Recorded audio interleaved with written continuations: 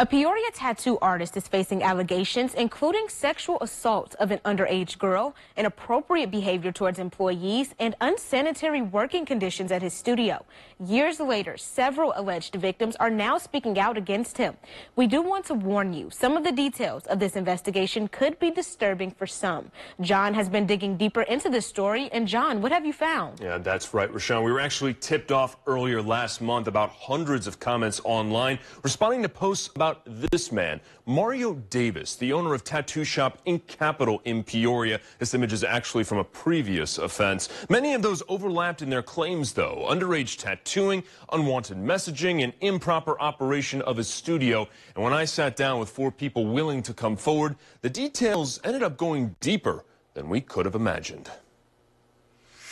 McKenna Vincent was 15 years old in 2016 when she wanted to get her first tattoo. At the time, her friends said a local Peoria artist, Mario Davis, was willing to tattoo girls under 18 years old. He was 25. Vincent says she went to Davis's house to get the work done around mid-afternoon alone. While waiting for her friend to pick her up after, Vincent says Davis started asking if she would stay to have drinks and dinner. She said no multiple times. That's when, she says, Davis turned physical. He raped me, and the entire time I had told him that I wasn't comfortable with it. It wasn't a consensual agreement. The only way that I actually got out of it was I told him that I had to go to the bathroom, and if he didn't stop, that I would have urinated right there. After escaping, Vincent says she and her mother reported the incident to the Peoria Police Department. A redacted version of the report shows during an investigation, Davis told officers he knew Vincent was underage and thought she had her parents' permission to get a tattoo. He also denied sexual assault. The report says investigators dropped the assault charge after looking at messages between the two. Davis was arrested on and pled guilty to a single charge of tattooing a minor. It's the only charge related to underage tattooing on his criminal record in Peoria County. Vincent says the aftermath of the assault was an invalidating experience. They decided that based off of the conversation that we had, that they felt that it wasn't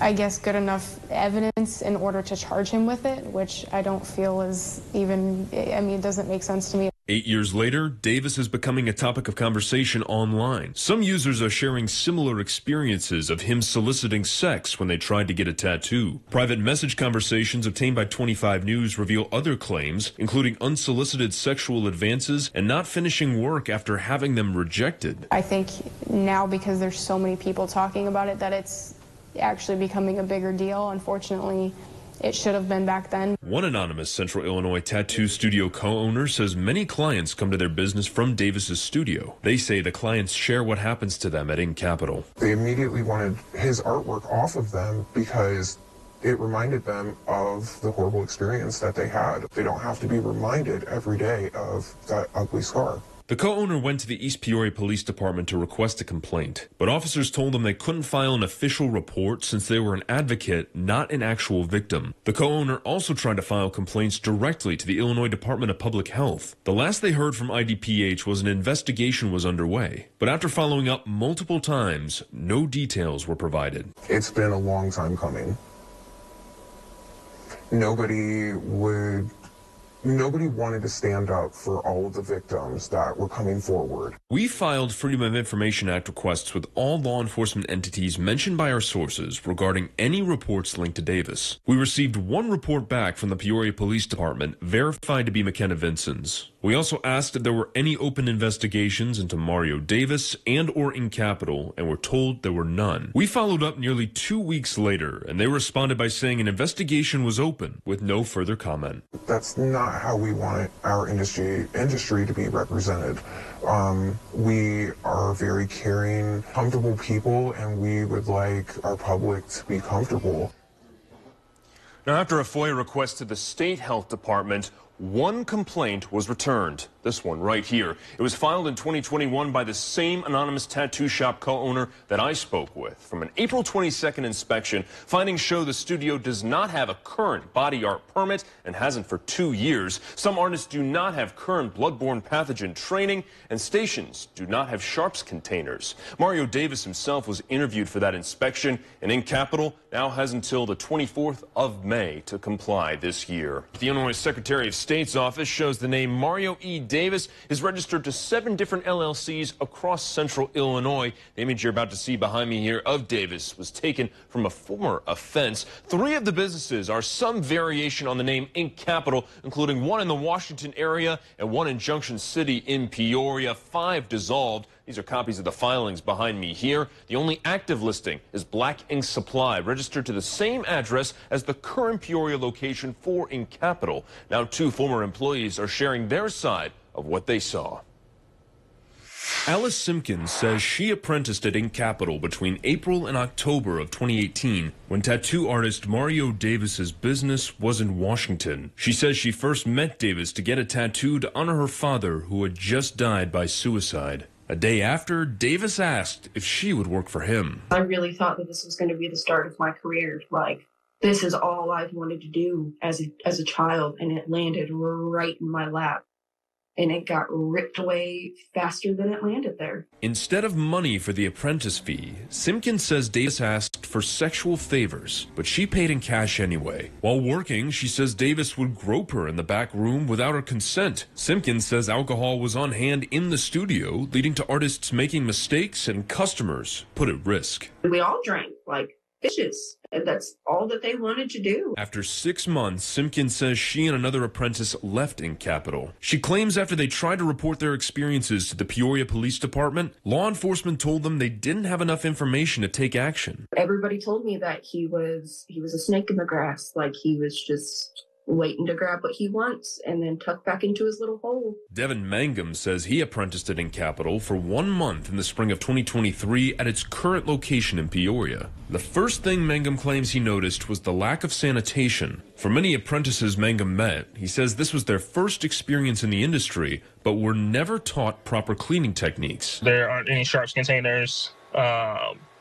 Some of the 2 of the artist machines weren't properly sanitized. You still had bloodborne pathogens, black ink still inside the wheel well. Mangum also says he saw misconduct among other apprentices. That includes an alleged instance of an apprentice asking Mangum's client to expose herself after getting a tattoo. In another instance, Mangum alleges he found wrapped condoms in the same apprentice's toolbox. I kind of looked at Mario and was like, yo, what's this? And he kind of just brushed it off. Mangum says customers were asked to scan a QR code at the front of the shop that would take them to an online form. While capturing footage for this story, we scanned the code ourselves through the front window of the business. Multiple fields ask the customer to confirm they are 18 years old or older. But Mangum says he never noticed anyone check IDs in person. He admits there's a chance he tattooed minors without knowing. I don't blame the apprentices. I blame the mentor that's teaching them these methods. 25 News reached out to Inc. Capitol to request an interview from Mario Davis on these allegations April 23rd. Yep, I got it. Okay. I'm rolling. He called us back. Yeah, we could definitely meet. I have no problem meeting with you and going over actual facts. After confirming and setting up a meeting on a Zoom call, we waited an hour and a half for him to log on, but Davis never appeared. On April 24th, we received a communication from a law firm claiming to represent Davis. It says in part he, quote, denies the allegations, is considering legal options, and has no further comment. We asked the attorney cited in the letter over the phone if he would grant us an interview. Everything we have to say about the matter is in my letter to you. That constitutes our statement.